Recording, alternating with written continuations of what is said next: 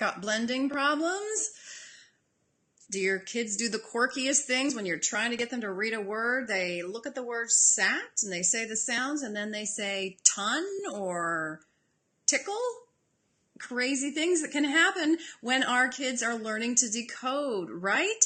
Well, I want to hear from you. What are the crazy blending problems that you have seen? Whether your kids are 5 or 15 and trying to blend multi-syllable words, what blending problems have you seen? I'd love to hear from you. Tonight I'm going to talk about one super simple solution that only takes seconds to learn as a teacher, and sometimes minutes or hours to master as a student. So it's a great go-to that I want to share with you tonight, and I'm excited to share it. But I also want to know what your problems are, so pop in the comments, what problems do you see? Welcome. I'm Dr. Marnie Ginsberg here at Reading Simplified, and I'm so glad to be back here with you. We come here live every Tuesday night at 8 p.m. Eastern when we can. And we are just coming off of a big event, Level Up Your Reader's Achievement in the Next 5 Days. That was 2 weeks ago, and then we wrapped up last week. And what we discovered was that just one simple activity called Switch It solves so many decoding problems in all of your students and also the student that you got to watch me work with. We call him our star student. He was a kindergarten student and he did not know how to segment or manipulate 3-sound words, and he didn't know any short vowels. But within 5 days, with just one activity, he rocketed up in his ability to crack the code. He learned 10 letter sounds at least, and he learned how to segment and manipulate 5-sound words from starting with just 3-sound words that he couldn't even handle. So I am so excited to share with you the next step in his development, or the next strategy that you can add to solve kids like his problems. But it really comes down to this blending issue, because Switch It, although it was so powerful, it solved the letter sound problem issue. It solved phonemic segmentation, phonemic manipulation problems. It solved some fundamental decoding problems, fundamental spelling problems. It improved confidence. Those things were very powerful, but it didn't solve this blending issue. So what can we do? Well, I recommend that you complement Switch It with its perfect match, Read It. So I want to share that with you tonight, along with the blending strategy that makes such a difference. Sudie, thanks for popping in. It's nice to have you cheering us on. If you're just tuning in, let me know, what blending problems do you see, whether you have 4-year-olds, 5-year-olds who are just cracking the code, or you've got 15-year-olds who stumble upon the word interrogate, and maybe they say interrogate or interrogate. Those kinds of blending issues, regardless of the age, they pop up all of the time. Baby beginners, they will maybe read a word like nut, and they'll go t, and then they'll say ton. The last thing that came out was like the last thing they remembered, so they start with that. Have you seen that problem? So I want to hear from you. What are your blending problems that you've seen either this year or in past years? Because when we address the problem and then solve it and match it with a solution, it'll be more clear how powerful this solution can be.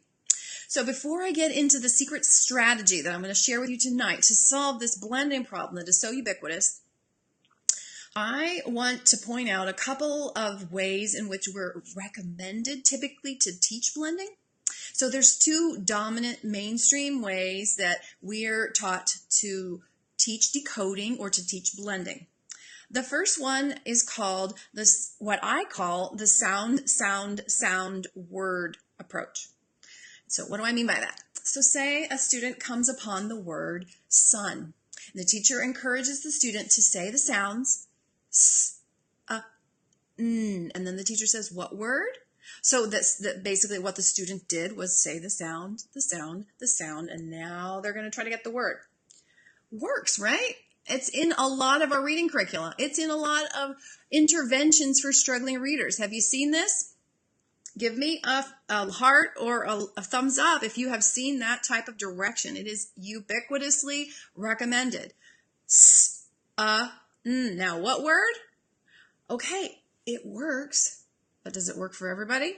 No, because this is one of the major problems that I see over and over again, and I've seen it with my students as a private reading tutor, and I've seen it with the teachers that I've been teaching in multiple years across multiple states and research projects, and now with my work here at Reading Simplified. So what a lot of kids will do was, like I said, they maybe start at the end, or they change the vowel, or they just look at you like and when you think it's an obvious word, they think you are crazy.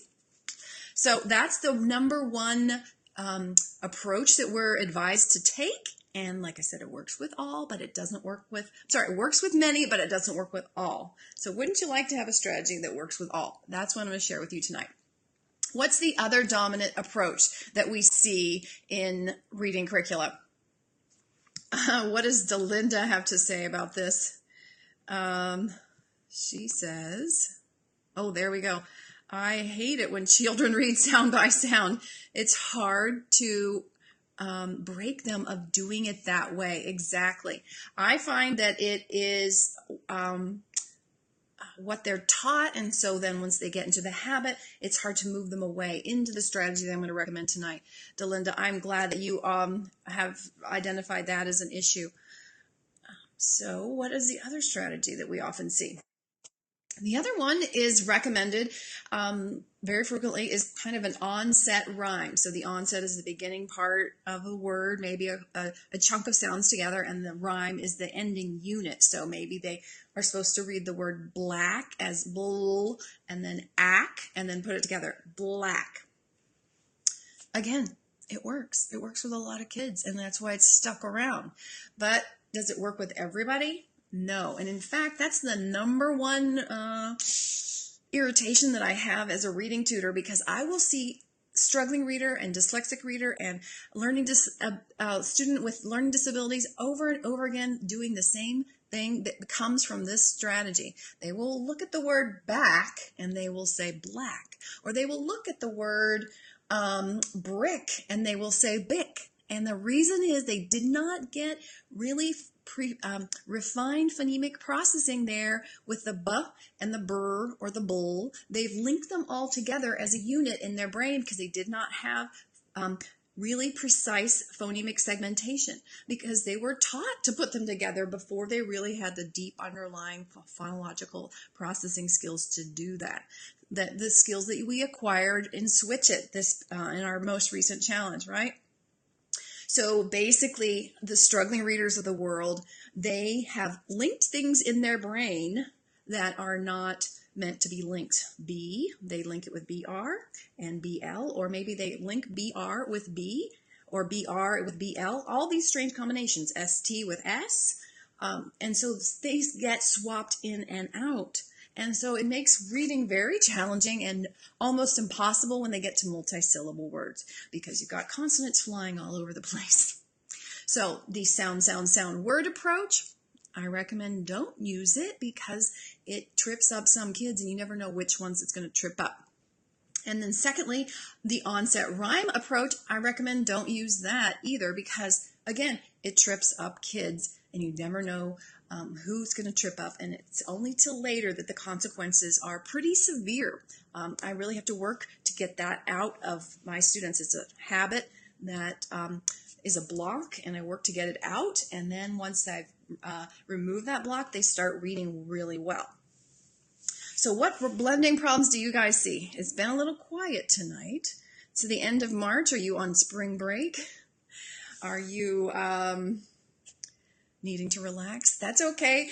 I will keep moving here tonight with a solution. So I don't recommend sound word. Yes, it works, but not with all. And I don't recommend onset rhyme. Yes, it works, but not with all. I know there's actually research on each of these, and they do work. Exactly, Donnie. Trr and dur, they see the T, and they say trr. They see the D, and they say drr. So classic and almost impossible. How do they handle STR? But when we implement the strategy I'm going to teach tonight, then they are able to knock out that tricky STR combination. Okay, so I've told you what not to do. What I'm going to recommend instead is something that we call blend as you read. Now, I've talked about that before here at Reading Simplified, but we have a lot of new folks in this community coming from the Level Up Your Reader's Achievement in the Next 5 Days challenge that I just wanted to be sure you knew about this strategy. It is a perfect pairing for Switch It. So we've conquered Switch It. It made a huge difference in your outcomes and in the outcomes of the little boy I'm going to show you in the video on. And yet it's an incomplete reading program, but read it paired with Switch It is a super combo to attack the beginning part of decoding instruction. Again, it's not a complete reading program by any means, but it is actually a very complete combo for learning the basics of decoding, so that kids with Read It and Switch It only can become strong at decoding the basic code, like short vowels, consonants, and consonant diagrams. So Melody, welcome. She says, I do have some of my students adding the or L sound at the beginning of the word when not there for the beginning consonant. Yes, it's like, how did that show up? And this strategy will help get that out of the way. But part of the reason it's there is that they have seen material where they're linked as a unit. That's why with Switch It, I really recommend that you don't put like BL on one card and don't put TR on one card, because they're separate sounds. Okay, so what are we going to do? We're going to do this strategy, blend as you read. And so instead of doing sound, sound, sound, what's the word? We do something so subtly different. We just put the first two sounds together as we go. So we get to the first two sounds. We ask the student to stop and put those together. So they should, before they do anything, they should say sa and hold that vowel. You can even say sing that vowel. Sa. Now what's the word? And I know you're looking, probably you've never heard this before. Some of you are saying, that's it, that's going to make the big difference. I know, it's so subtle and it's probably doesn't seem like it's going to make a difference, but it does. Over and over again, I see it, and my students have seen it. So the trick is to get them to go to the vowel, or if it's a harder word like black, get them to put the first two consonants together. Blah, and hold the vowel, because getting to that is an accomplishment of phonemic, a blending accomplishment, and then add the last sound. And what can help with that is a little card that masks the ending sounds of the word. Okay, so I'm going to show you a video example instead of just teaching with my fingers. And fortunately, we have our star student from the Level Up Your Reader's Achievement in the Next 5 Days challenge to show this off to you. So I worked with him in November of 2016 for 5 days straight with Switch It, which many of you saw in our most recent challenge, and then didn't really work with him over Thanksgiving and winter holidays. But starting in January, a couple times I got to meet with him. And so today's video is a snippet from January 22nd, 2017. So it was like the second lesson I had with him. He was already starting to put sounds together and blend. So notice how he's putting the sounds together as he goes. He's not going to do like with the word flat. He's not going to say f-l-at, but he's going to say flat. Okay, so that's the most important thing that I want you to stay alert for in this activity called Read It. The other thing about Read It, just to point out, it starts with the teacher writing the word, the student reading the word with the blend as you read strategy, and then the student erasing the sounds and saying them individually. Ideally, segmenting them. So if the word was flat, the student would erase one sound at a time and say each sound separately. F-l-at. He doesn't do that quite perfectly tonight in this little video example. And he also erases my example word, the teacher's example word, initially, which is fine because that's a higher level of challenge. So, hi Chris, hi Tweena, I'm so glad you guys are here.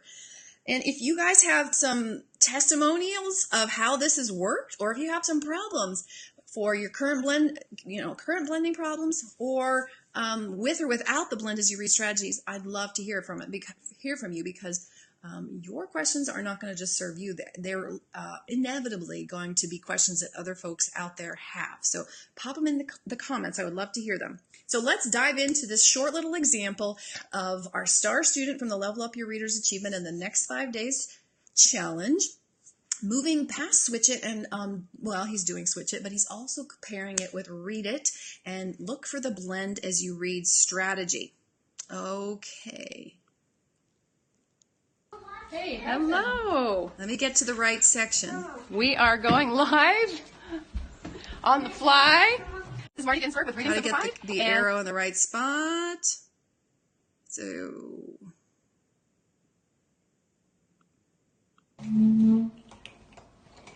Is that new? 2, 3. Is that new? It's newer. It's a good one. Okay, so that was Switch It. Now we're going to try Read It. And Read It is going to teach him the skill of blend as you read. We're going to check a couple different short vowels to see how he is doing with those short vowels, but also challenge him to blend more complex consonant combinations. He's already working on it. He's starting to become a good writer. Okay, I'm going to give you a challenge. Are you ready? You're already going to write your own? Tell me what that word is. Flat. Nicely done. Let's show our fans. Whew, impressive. Flat, he said. He said the sounds as he did it, which is perfect for write it. But right now, I would like to show off how you can do read it so well. Okay, so you want to erase the sounds as you say the sound? Can you erase the sounds as you say the sound? Flat. Okay, I'm going to give you a hard one. Are you ready? Oh, you know what? I'm going to show our fans first.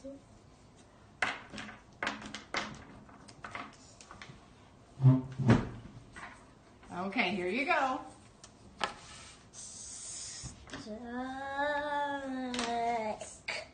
Stuck. Don't get your leg stuck back there. Okay, that was nicely done. Did you know that was cut? Stuck. I didn't know that you knew that already. That's great. You're making a lot of progress. Okay, he erases it because he can write it now that he has all those sounds in his mind. He doesn't need to look at it. Okay, show me stuck. Write it as you say it. Stuck. Say the sound. What was that? Wow, that is great. Can I show off what you've done? That is really good. Stuck. You got the k at the end. I haven't worked with that with him at all. So he has done some reading with his mom and dad, and he is working at school, and he is making a lot of progress. Okay, stuck. Do you want to erase the sounds as you do it? That for the second time? So that's an example of read it. Stuck. There's a lot of letter sound reinforcement, and also the blend as you read approach is happening. I'm also kind of concerned about this vowel sound, because it was a little wonky when I first saw him today. Break. So, you're almost ready for your break? Okay. Can you read this one and then we'll take a break? Okay. Rat. Close.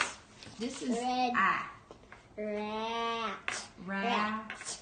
Rat. Okay. You're skipping over to this. What's this sound? This sound, do you know it? If you don't know it, I'll tell you. Raft. Yep. Raft. Raft. Raft. Do you know what that is? Uh-huh. Okay. Raft. Very good. So we blended a 4-sound word. He's saying the sounds as he writes them.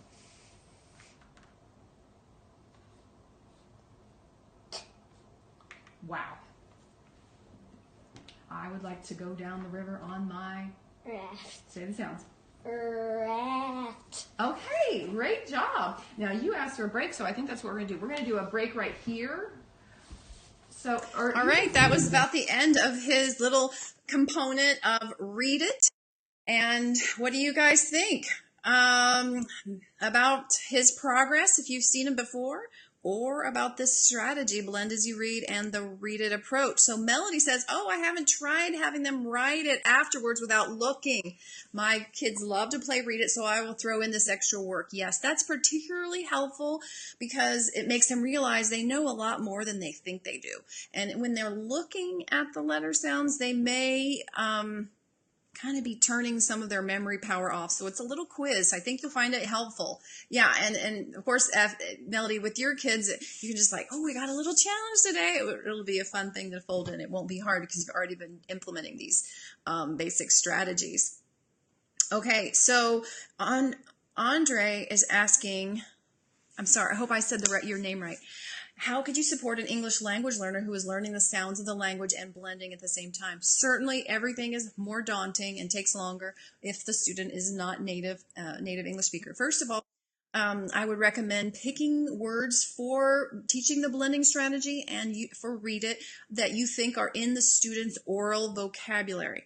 And if they have practically none, then use those words in a little conversation beforehand or point to pictures of them. Talk about several of them and then select one of them as the word to teach. I hope that makes sense. Similarly, as soon as the student has read the word, what was this word that he did at the end? Raft. Okay, so I wouldn't use raft as my classic word for a non-native English speaker. But say we have that word, then I would show him a picture from a picture dictionary or visualonlinedictionary.com. I think that's the right address. You can just pull that up quickly, a little image of whatever word you're doing. So that would be a way of supporting vocabulary development at the same time. In fact, all the activities that we recommend here at Reading Simplified, you can do both doing the decoding components with the sound-based processing, and then either before or after supporting with vocabulary through pictures, elaborating with a sentence or defining it. And Donnie says her kids keep confusing the letter U with the letter Y because, right, the U, the letter U starts with the sound or the letter that's at the beginning of the word U. Oh, I've got myself twisted all around. Yeah, and Switch It and Read It will kind of help unglue that old habit and that comes from, teaching first letter names. I don't recommend it in English because the letter names can be so muddy and confusing. You're welcome, Andre. Okay, so did you see how the little boy was putting the sounds together? Now, at first, with the word raft, he got stuck on the F because he just didn't know the F. And if you were here for the Level Up Challenge, you remember that he did not know but 6 or 7 letter sounds to begin with. So he's adding a lot of letter sounds rapidly through Switch It during the 5-day challenge and now with a couple more, a complete reading lesson in the following month. So I'll get to that, Leah. That's an interesting question. So, but once he identified the letter sound, then he put the sound together. Raft. He never said a. Now, what was the word? Because that's too tricky if you have poor working memory. Remembering 4 things and in the order is it's a little bit of a cognitively complex thing. And so we could reduce the burden on those who have poor phonological memories by having them put the sounds together as they go. Plus, if they're reading connected text, it's easier for them to grasp at the word once they just get started in it.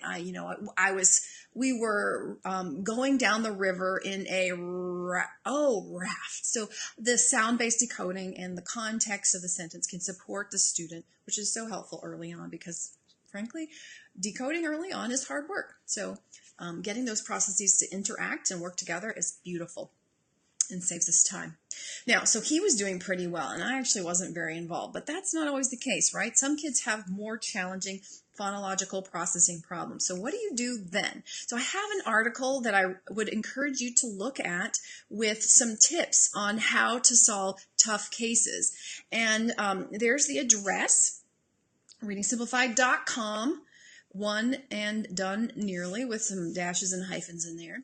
And there's like 2 main ones. One thing that's really important is when a kid cannot blend even a 3-sound word, is to start with continuate consonants. So the word map is a lot better than the word cat because the first sound in cat cannot be continued. So it's easier to put the first 2 sounds in map together because you can just keep saying and then that continuation helps the child make the connection of how those sounds work. But stop consonants like k or t, things that you just can't continue, they're harder when they're that first sound in the word. So you don't have to do that for long, But if a kid cannot blend 3-sound words, then pick a continuant consonant like s, r. Okay. Another thing to do is if they just look at you like deer in the headlights, well, then you model it for them. Okay, this is the word ma. Now you copy me. I want to hear you guys. Ma. Okay, ma, and then you reveal the last letter. Ma. And what do you have? Because blending the first two is what's really hard. So if you do it for them and they copy you, then they'll be able to add that third sound. And then you do that modeling with them copying a few times, maybe for a few minutes, maybe for a few days, but it shouldn't take long. Some tough cases that I've had taken about 2 weeks, but if you're doing this beyond 2 weeks, check this post and see if there's something that you can add in that will solve the problem that your students are having with blending and get them over that hurdle. And let's see, so the continuant consonants is important, modeling, but then having them copy. And then finally, if they really just don't get it, show them some pictures and tell them what those words are, and then have them read a word that's one of those pictures. So they're having to choose. So maybe they first see a mop and a map and a picture of mom, and then they read the word map. And so they're picking from those 3 choices, and it makes it easier for them to kind of latch on to how those sounds relate to words. Usually that's like an aha that kids have, because this whole thing is kind of bizarre what you're asking them to do. They don't hear what you're hearing and what you're seeing in print. And so to get them over that hurdle and to get that aha, those pictures can be helpful. I wouldn't recommend you do that across the board because most kids don't need it. But when you get them stuck, go to those things that are like at the bottom of the post there. There's also some freebies in that post. So word lists, procedures, how to give feedback, I believe. So check out that. And let's see, Leah asked, will I go over the sound for the letter Y? Okay, so I would start out teaching it as y, y. Trying to take out the at the end as much as you can. It's really tricky. We actually cannot purely isolate a lot of sounds, particularly consonants like that. So you start out with its consonant sound. And then when they get more into advanced phonics, and we do an activity called Sort It, which rapidly helps kids memorize the advanced phonics, then the first exposure they have to that one is the E, as in baby or many or happy, because it's highly frequent as an E sound at the end of words.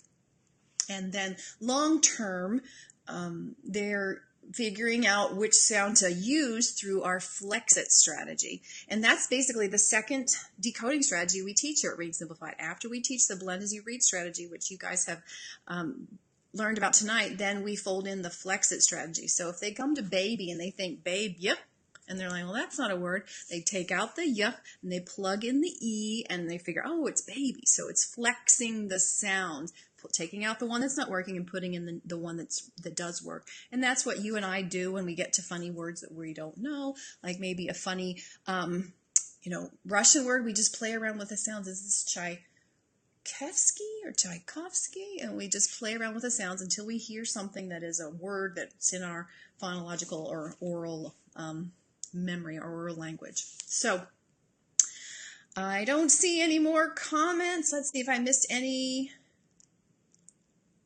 Okay, Donnie, hopefully that answered your question about the best way. First, you'd introduce it as E because it's more frequent, and then you'd introduce it as I, and then if they ask the question about what to do, then you'd coach them through the Flex-It strategy, and they practice that in the context of connected text, and they can also play a game where they just sort by sound. So they take the Y spelling and they sort it into happy or sky. And that's kind of further down. First, you give them a little handle on how the code works, where it's very predictable, like E is pretty predictable. And then when you add in I, the sounds for I, then they're handling more variation. And to review, you coach them on the Flex-It strategy, and then you can do that in connected text, but also with a game where they just sort. But that sorting by visual with the letter Y is kind of a later thing. First, we sort by sound, like the E sound and all of its spellings. All right, I'm just checking to see if there's any other things here that I missed. Oh, Tweena says she hasn't tried the writing it for Read It either, but she will be doing it. Awesome. That's great. If you're just popping in, what Tweena is talking about is for Read It. It's kind of a couple-step process. First, the teacher writes the word for the student to try to blend. She doesn't say anything. She gets the student to read the word, and then the student writes the word as she says it. Ah. So the student's getting another level of practice of writing and saying, and the student's segmenting. And so this is cementing the letter sound knowledge. We actually have research that's tested whether moving letter sounds is better than writing it or typing it, and the researchers have found that the kinesthetic action of writing actually seals the deal and builds that memory muscle more rapidly. So that's a way of building in that extra letter sound knowledge practice. And then the last thing, of course I'm doing this with this because I just happen to be, I don't have my dry erase with me, but the last thing would be the student erases and says the sound as she does it. Ah, mop. The teacher will, the parent will mop the floor. All right, so I am so glad that you guys were here tonight, and I hope that you're going to dive into the freebies at this web address. Learn how Blend as You Read can be more powerful, and if you didn't get your question answered tonight, pop it into the comments, and I'd love to share more about this with you and as we go forward. And stay tuned for the next session of Reading Simplified on live Tuesday nights at 8 p.m. Eastern. And I look forward to sharing tips and hearing how things are going with you. Keep up with the Switch It progress for all of you who've been trying it. Add and read it and see what happens. Thanks. Good night.